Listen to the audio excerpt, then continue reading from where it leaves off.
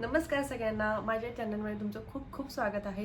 आज आपण जाणून घेणार आहोत की घरातला पसारा कसा आवरायचा आणि घर नीटनेटकं कसं ठेवायचं. त्यासाठी मी तुमच्यासोबत काही छोट्या छोट्या टिप्स शेअर करणार आहे. त्या जर तुम्हाला जाणून घ्यायची असेल तर व्हिडिओ शेवटपर्यंत नक्की बघा. नंबर 1, बेडरूममधला पसारा. सगळ्यांच्याच घरात असतो. आपण येता जाता टॉवेल्स, त्याच्यावर कपडे, मुलांच्या खेळण्या सगळं विखुरलेलं असतं. तर कामाला सुरुवात करताना आधी बेडरूमच्या बाहेर पडताना बेडरूम क्लीन करून बाहेर पडायचं. त्याच्यावर जो पण काही पसारा असेल ना, तो जागच्या जागेवर ठेवायचा. बेडशीट व्यवस्थित करायचं, त्याच्यावर जर ब्लँकेट टाकत असाल तर ते व्यवस्थित करायचं आणि मगच बेडरूमच्या बाहेर पडायचं. कारण जेव्हा पण तुम्ही घरातले सगळे कामं करून थकून बेडरूममध्ये जेव्हा आराम करायला येतात ना, तेव्हा तो स्वच्छ बेड बघून तुम्हाला खूप छान फील होतं. आणि तेच जर मेसी असेल ना, तर झोपायची पण इच्छा होत नाही. प्रत्येकाच्या घरात असं एक टांगायचं असतं असं मी कन्सिडर करते. आता याच्यावर आपण काय करू शकतो ना, की ज्या गोष्टी आपल्याला सतत लागत असतात ना, सतत हँडी हातात पाहिजे असतात, पटकन हव्या असतात, त्या गोष्टी लावायसाठी आपण ते यूज करू शकतो. आता मी काय केलं आहे ना, की मला बाहेर जाताना स्कार्फ बांधायचा असतो, तो माझा स्कार्फ आणि मोबाईल ठेवायची माझी पर्स, छोटी पर्स ही याला लटकवत असते. आणि एक छोटी बॅग पण यायचं, मला छोटं मोठं जर काही सामान आणायचं असेल त्यासाठी मी यूज करते. तर त्यासाठी हे फर्स्ट नंबरचा हँगर माझा फिक्स आहे. त्याच्यानंतर आमच्या तिघांचे 3 टॉवेल्स, म्हणजे माझ्या मुलाचा आणि माझ्या हस्बंडचा, आमचे 3 टॉवेल्स याला लावलेले असतात. कारण ते आपल्याला नेहमी लागतात. आंघोळ झाल्यावर, तोंडात पाय धुतल्यावर, बाहेरून कुठून आल्यावर हात पुसायला किंवा फेस वॉश केला असेल तर तो पुसायसाठी ते लागतात. म्हणून मी ते नेहमी इथे टांगून ठेवते. आता थंडीचे दिवस चालू आहे, त्याच्यामुळे आमचे जॅकेट्स इथे टांगलेले असतात. जर थंडी वाजली किंवा बाहेर जायचं झालं पटकन तर आम्ही ते जॅकेट्स घालून जातो. आणि माझ्या हस्बंडचे घरी आल्यावर ते चेंज करतात कपडे किंवा त्यासाठी मग तीही पॅन्ट इथे टांगलेली असते कायम. आणि पटकन जर कुठे त्यांना बाहेर जायचं असेल तर त्यासाठी एखादी पॅन्ट किंवा टी शर्ट या हँगरला टांगलेला असतो. अशा प्रकारे जर तुम्ही रोज लागणारे पटकन लागणारे कपडे जर असे हँगरवर मॅनेज केले तर ते ठेवायला आणि पुन्हा घ्यायला खूप सोपे जातात. नंबर 3, लॉन्ड्रीचे कपडे. आता लॉन्ड्रीचे कपडे इथे तिथे सगळीकडे पसरलेले असतात. त्यापेक्षा तुम्ही तिथे ना एक अशी बादली ठेवू शकतात, जेणेकरून येताना जाताना जे पण धुवायचे कपडे असतील ना, ते त्यात गोळा होतील किंवा अंघोळ झाल्यावर जे धुवायचे कपडे असतील ना, ते त्यात गोळा होतील आणि तुमच्यावरचा ताण कमी होईल. नंबर 4 आहे हॉलमधला पसारा. आता हॉल म्हणजे काय, तर सगळ्यात पहिली रूम आपले घरात आल्यावर कोणी येताना गेस्ट येतात तर हॉलमध्येच येतात. त्याच्यामुळे हॉल हा नेहमी क्लीन आणि नीटनेटका असला पाहिजे. यासाठी तुमच्या हॉलमध्ये जर सोफा असेल तर तो व्यवस्थित, त्याच्यावर जर तुम्ही कव्हर टाकत असाल तर ते स्वच्छ आणि व्यवस्थित पाहिजे. जे छोट्या छोट्या पिलोज ठेवत असतील तर त्याही व्यवस्थित ठेवलेल्या असल्या पाहिजे. त्याच्यानंतर जर हॉलमध्ये पसारा असेल, मुलांच्या खेळण्या इकडे तिकडे पडलेल्या असतील, त्यांचे बॉटल्स असतात, स्कूल बॅग असतात, ते सगळं तुम्हाला व्यवस्थित आवरून ठेवायचं आहे. त्याच्यानंतर जी धूळ बसलेली असते ना हॉलमध्ये, फर्निचरवर, तिथं टेबल असेल तर त्याच्यावर ती पुसून घ्यायची. हे रोजच्या रोज झालंच पाहिजे. कारण आहे ना, कोणीही जेव्हा येतं ना तर हॉलमध्येच येतं आणि first impression is the last impression असं म्हणतात. तुमचा हॉल जर नीटनेटका असेल, स्वच्छ असेल ना, तर येणाऱ्या व्यक्तीलाही ते खूप छान फील होतं आणि आपल्यालाही स्वतःला खूप छान वाटतं. आणि तेच जर घाण असेल तर आपल्यालाच गिल्टी फील होतं. अरे, आपल्या घरी पाहुणे आलेत आणि आपलं घर मेसी आहे किंवा इथे धूळ आहे, खूप घाण आहे, ते आपल्यालाच खूप वाईट फील होतं. त्याच्यामुळे हे रोजच्या रोज हॉलची जी क्लिनिंग आहे ना ती झालीच पाहिजे. त्यासाठी तुम्ही एक वेळ फिक्स करून घ्या आणि त्या वेळेत ती रोज झालीच पाहिजे. नेक्स्ट आहे सुकवलेले कपडे. बापरे! कपड्यांचा आता पसारा विचारूच नका, सगळ्यांकडेच असतो. आपण कपडे धुतो, वाळतही घालतो, पण तेच कपडे जेव्हा घड्या करायचे असतात ना, तेव्हा ते खूप जीवावर येतं. आपण मग ते घेतो आणि कुठेतरी नेऊन टाकत असतो. मग ते एकावर एक साचून त्याचा ना ढीग तयार होतो. आणि जेव्हा ते घड्या करायची वेळ येते ना, तेव्हा इतके नाकेनऊ येतात, विचारायलाच नको. त्याच्यामुळे ना सगळ्यात महत्त्वाचं आहे की धुतलेले कपडे, सुकवलेले कपडे सगळ्यात पहिले असे आणून पटकायचे नाही. तर ते लगेचच्या लगेच कपड्यांच्या घड्या घालायच्या. हो, काही जास्त वेळ लागत नाही कपड्यांच्या घड्या घालायला. हार्डली तुम्हाला 10 ते 15 मिनटं लागणार आहेत. पण ते काम ढकलल्यामुळे तेच कपडे जेव्हा ढीग बनतो ना, ते कपडे घड्या घालायला तास जातो आणि ते खूप कंटाळवाणं होतं.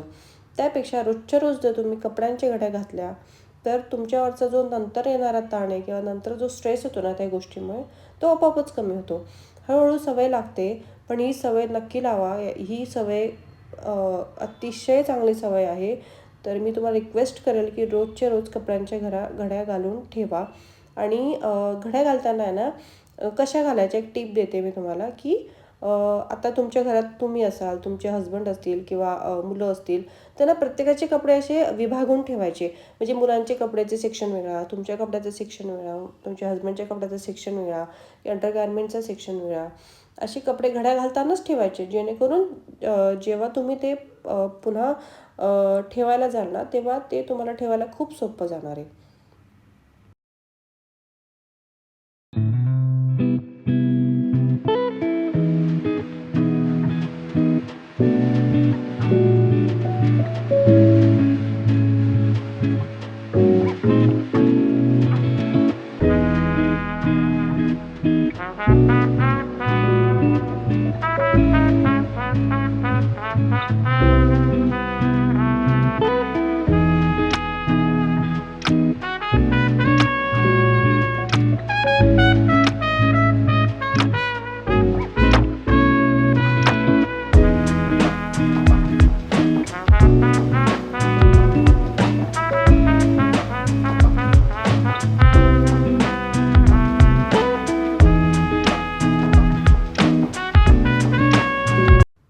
हे बघा, आता मी इथे कपडे कसे विभागून ठेवलेत. माझ्या मुलाचे कपडे वेगळे आहेत, माझ्या हस्बंडचे वेगळे आहेत, अंडरगार्मेंट्स वेगळे ठेवलेत, टॉवेल्स वेगळे ठेवले. अशा प्रकारे तुम्ही ठेवू शकता.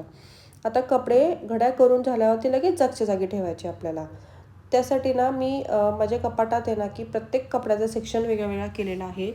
जसे की वरचे दोन कप्पे आहेत ना, माझ्या हस्बंडला दिलेत. खालचे 2 कप्पे माझ्यासाठी आहेत. आणि सगळ्यात खालचा जो कप्पा आहे ना, तिथे मी बेडशीट्स वगैरे ठेवत असते.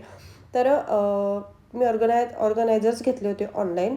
तर त्याच्यामध्ये मी व्यवस्थित सेक्शन वाईज कपडे अरेंज करत असते, की ऑफिसचे कपडे वेगळे, त्यांचे हँकरचिप्स वेगळे, टॉवेल्स वेगळे, माझे घरात घालायचे कपडे वेगळे, माझे अंडरगार्मेंट्सचे वेगळे, माझे बाहेर घालायचे कपडे वेगळे आहेत.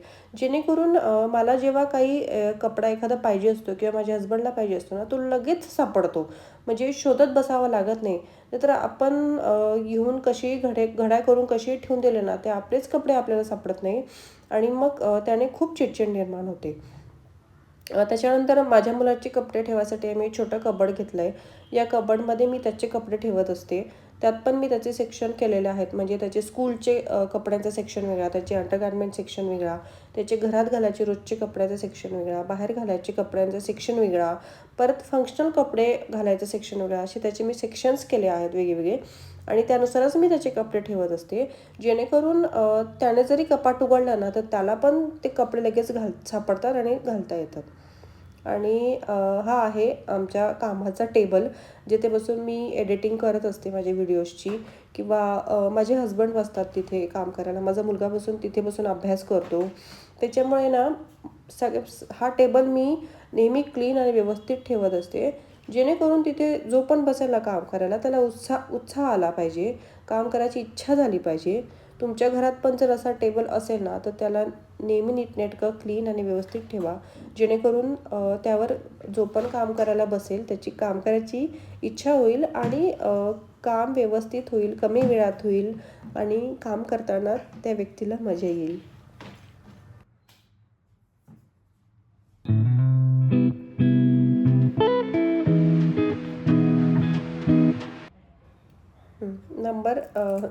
टिप नंबर 10 आहे किचन कट्टा स्वच्छ ठेवणे. किचन कट्टा स्वच्छ ठेवायचा म्हणजे काय? आता आपण जेव्हा पण आपण स्वयंपाकाच्या आधी प्रिपरेशन करतो, बरोबर? म्हणजे कटिंग, चॉपिंग, पीठ मळणं आहे, भाजी चिरणं आहे, या सगळ्या गोष्टी करतो. त्याच्यामुळे ना किचन ओटा हा खूप मेसी होऊन जातो. म्हणजे भाजी चिरल्यावर कांद्याचे सालं पडलेले असतात, लसूण सोलतो आपण, त्याचे टरफल पडलेले असतात, कधी मटर सोलतो, शेंगा सोलतो, त्याची घाण पडते, पीठ मळतो आपण, कणिक मळतो, तेव्हा ते पीठ थोडं थोडं त्याचे विखुरलेलं असतं सगळीकडे. तर स्वयंपाकाला स्वयंपाक तयार करायच्या आधी जेव्हा आपण प्रिपरेशन करतो ना, तेव्हाच ते ऑर्गनाईज झालं पाहिजे. म्हणजे कसं, जसं की आता मी काय करत असते, की कांद्याचे जे टरफल आहेत किंवा लसूणचे टरफल आहेत ते मी किंवा जे भाज्यांचे शेंगा निवडलेल्या असतात, आपण मटर सोललेले असतात, त्याचे टरफल असतात, त्याच्यासाठी ना एक पिशवी ठेवते मी किचन ओट्यात. किंवा मग एखादं खरकटं वाटी, प्लेट असतेच आपली किचन ओट्यावर, त्याच्यात मी ते सगळं गोळा करते.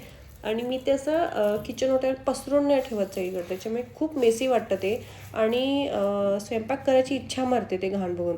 तर ही खूप महत्त्वाची टीप आहे, तुम्ही नक्की फॉलो करा.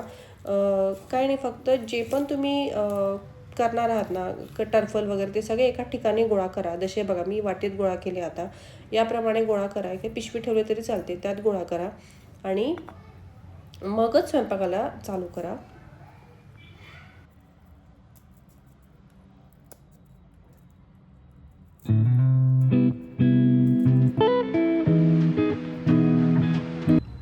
आता हे बघा, अशा प्रकारे मी वाटीमध्ये ते गोळा केलं आहे आणि हे मी आता डस्टबिनमध्ये जाऊन फेकणार आहे. तर अशाच प्रकारे तुम्ही पण करू शकता, जेणेकरून किचन कट्टा हा क्लीन राहील.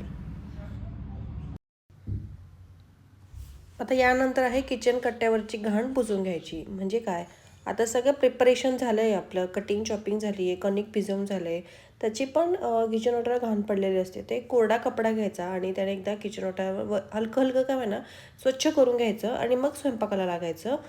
जेणेकरून काय होतं ना, की नाहीतर मग ते घाण बघितली ना, ते स्वयंपाक करायचा आपला मूड जातो. त्याच्यामुळे मी तर नेहमी असं करत असते. तुम्ही पण ही टीप फॉलो करून बघा, तुम्हाला नक्कीच फरक जाणवणार आहे. त्याच्यानंतर स्वयंपाकाच्या आधी जेवढे तुमचे भांडे पडलेले असतात ना, थोडीफार भांडी असतात, जास्त नसतात, ते लगेचच्या लगेच धुवून ठेवायची. की नाहीतर आपण काय करतो, एक एक भांडं पडत जातं, भांड्याला भांडं लागतं आणि त्या सिंकमध्ये प्रचंड भांडे जमतात आणि मग ते जेव्हा घासायची वेळ येते ना, तेव्हा खूप जीवावर येतं आपल्याला. त्यामुळे स्वयंपाकाच्या आधीचे भांडे, स्वयंपाक झाल्यानंतरची भांडे आणि जेवणानंतरची भांडे, ते तुम्ही लगेचच्या लगेच जर घासून ठेवले ना, तर तुमच्यावरचा ताण कमी होईल आणि किचन ओटा किंवा तो कट्टा आहे ना, तुम्हाला स्वच्छ दिसेल आणि त्याच्यामुळे जी चिडचिड होते ना, ती अजिबात होणार नाही. हे नक्की तुम्ही ट्राय करा.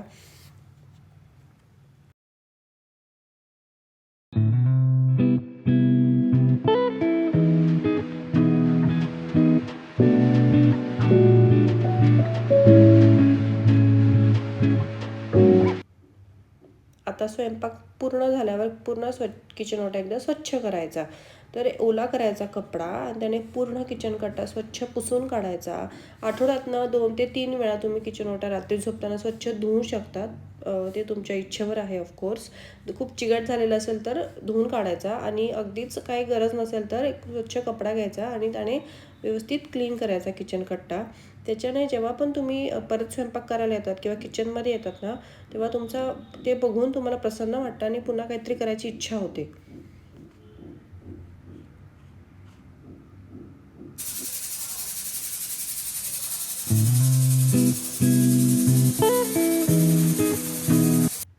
आणि सगळ्यात महत्त्वाचं, हे आपलं घर आहे, हॉटेल नाही, की जे नेहमीच नीटनेटकं राहील. त्यामुळे थोडाफार पसारा असला तरी त्याचा गिल्ट करून घ्यायचा नाही.